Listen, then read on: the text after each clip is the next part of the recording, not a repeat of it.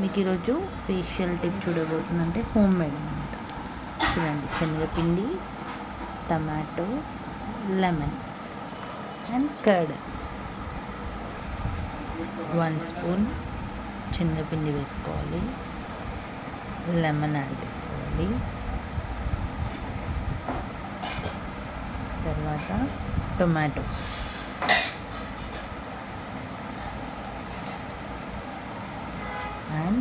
And 1 spoon curd add చేసుకోవాలి. Add చేసుకున్న తర్వాత బాగా మిక్స్ చేయాలి.